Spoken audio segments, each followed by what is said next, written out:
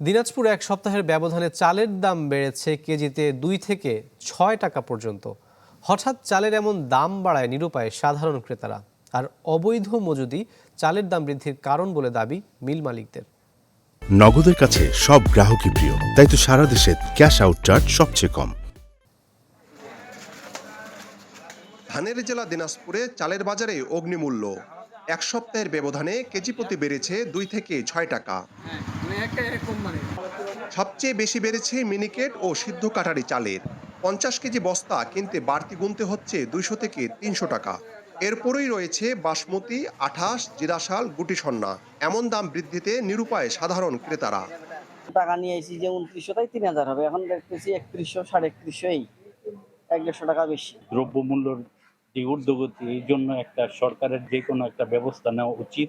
দাম দি বাড়ে, টাকাটা বুঝতে পেরে আসি, দাম দি বাড়ে। দাম বৃদ্ধির পুরো দায় মিলারদের ঘাড়ে চাপালেন ব্যবসায়ীরা। চাউলের দাম বৃদ্ধি প্রায় এক সপ্তাহ ধরে। কারণ হলো ধানের দাম বৃদ্ধির কারণে মিলাররা আমাদের কাছ থেকে দাম বেশি নিচ্ছে। যেরকম কিনা সেরকম বিক্রির সমস্যা তো না, বাজার বাড়লে তো আমাদেরকেও বেশি বেচতে হবে, কমলে আমরা কমাবো।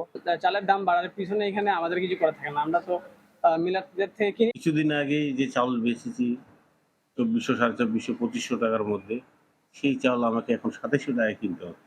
হঠাৎ করে 300-400 টাকা করে বস্তা যদি বাড়ে, সাধারণ মানুষের কি অবস্থা হবে? মজুতদারি করে দাম বাড়ানোর অভিযোগ মিল মালিক নেতাদের। তাদের অভিযোগ, লাইসেন্সবিহীন কিছু ব্যক্তি এই মজুতদারিতে জড়িত। লাইসেন্স ব্যতীত কারা ধান, গম, সরিষা, ভুট্টা মজুত করছে সেখানে সাঁড়াশি অভিযান দেওয়া। তাহলে সরকার বাজার ব্যবস্থাপনা যেমন জানতে পারবে কার কার কাছে কি আছে, এবং বাজার ব্যবস্থাপনা আগামী দিনে সুশৃঙ্খল রাখতে হবে। মজুতদারদের বিরুদ্ধে দ্রুত পদক্ষেপ নেওয়ার দাবি জানিয়েছে মিল মালিক সমিতি। বিপুল সরকার সানি, চ্যানেল 24, দিনাজপুর।